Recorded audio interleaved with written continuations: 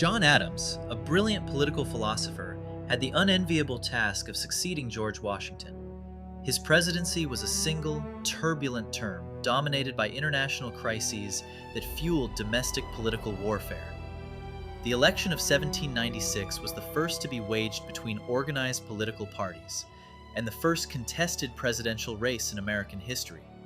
Adams, the Federalist, narrowly defeated his old friend and new political rival, Thomas Jefferson. A peculiar flaw in the Constitution at the time dictated that the candidate with the second highest electoral vote total, Jefferson, would become vice president. This resulted in the awkward arrangement of having the leaders of the two opposing parties in the nation's two highest offices. Adams's difficulties were compounded by his decision to retain Washington's entire cabinet. These men were loyal not to Adams, but to Alexander Hamilton, creating an administration plagued by internal division and intrigue. Adams famously called the vice presidency the most insignificant office that ever the invention of man contrived or his imagination conceived. If you've ever had a job you couldn't stand, hit like and subscribe to track the drama in this pivotal presidency. Adams inherited a rapidly deteriorating relationship with France, which was enraged by the pro-British Jay Treaty. The French Directory had unleashed its navy to seize American merchant ships. Determined to avoid war, Adams dispatched a three-man diplomatic commission to Paris to negotiate a peaceful settlement.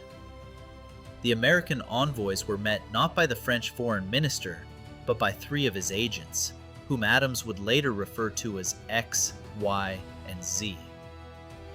These agents demanded humiliating concessions before any formal negotiations could begin: a large loan to France and a personal bribe of £50,000 for the foreign minister himself.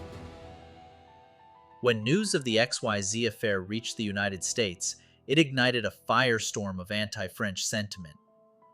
The Federalist slogan became "millions for defense, but not 1 cent for tribute." Adams pushed Congress to approve defense measures, leading to the creation of the Department of the Navy. This resulted in an undeclared naval conflict known as the Quasi-War, 1798 to 1800.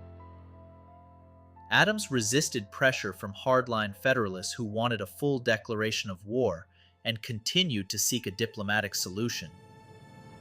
The conflict finally ended with the Convention of 1800 after Napoleon rose to power in France. The Quasi-War created a climate of intense fear of foreign influence.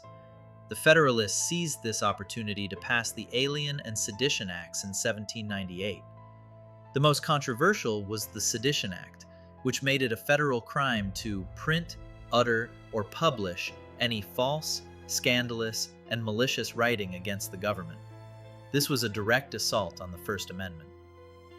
The act was used to prosecute and convict at least 16 individuals, primarily the editors of opposition Democratic-Republican newspapers. Other laws targeted immigrants, who often supported the opposition. The Naturalization Act increased the residency requirement for citizenship from 5 to 14 years. The heavy-handed enforcement created a massive political backlash. The acts, intended to crush the opposition, instead galvanized it, becoming a powerful symbol of Federalist overreach. In defiant response, Vice President Thomas Jefferson and James Madison secretly drafted the Kentucky and Virginia resolutions. These resolutions articulated the compact theory and declared the Alien and Sedition Acts to be void and of no force. Jefferson's draft introduced the radical doctrine of nullification, the theory that individual states had the right to invalidate federal law.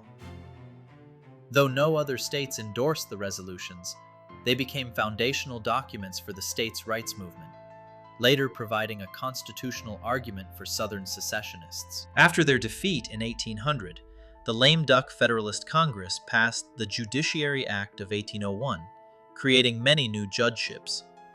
Adams worked late into the night filling these posts with loyal Federalists, who became known as the Midnight Judges. Adams's most consequential act was his selection of his Secretary of State, John Marshall, as the new Chief Justice. Marshall would serve for 34 years, ensuring Federalist principles of a strong national government and a broad interpretation of the Constitution would be permanently embedded into American law. Adams lost the political battle, but through Marshall, he secured his constitutional philosophy. Adams was guided by a profound belief in the rule of law. This was evident when, despite being a leading patriot, he took the unpopular case of defending the British soldiers accused in the Boston Massacre. Adams and his old friend, Thomas Jefferson, reconciled and exchanged letters for the last 15 years of their lives. In one of history's most remarkable coincidences, both men died on the very same day, July 4th, 1826.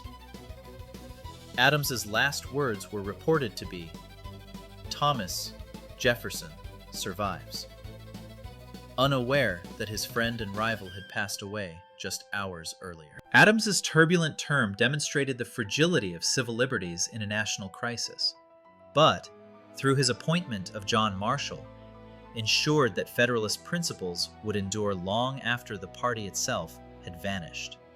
The conflict over the Midnight Judges leads directly to the next era and the landmark Supreme Court case Marbury versus Madison. Madison. Our next video is Part 3, Thomas Jefferson, An Empire for Liberty. Question for the comments. If you were an editor of a Democratic Republican newspaper, what headline would you have used to condemn the Sedition Act? Let me know in the comments below. Don't forget to subscribe for more deep dives into the presidents that forged the nation. Thanks for watching. Until next time, stay curious.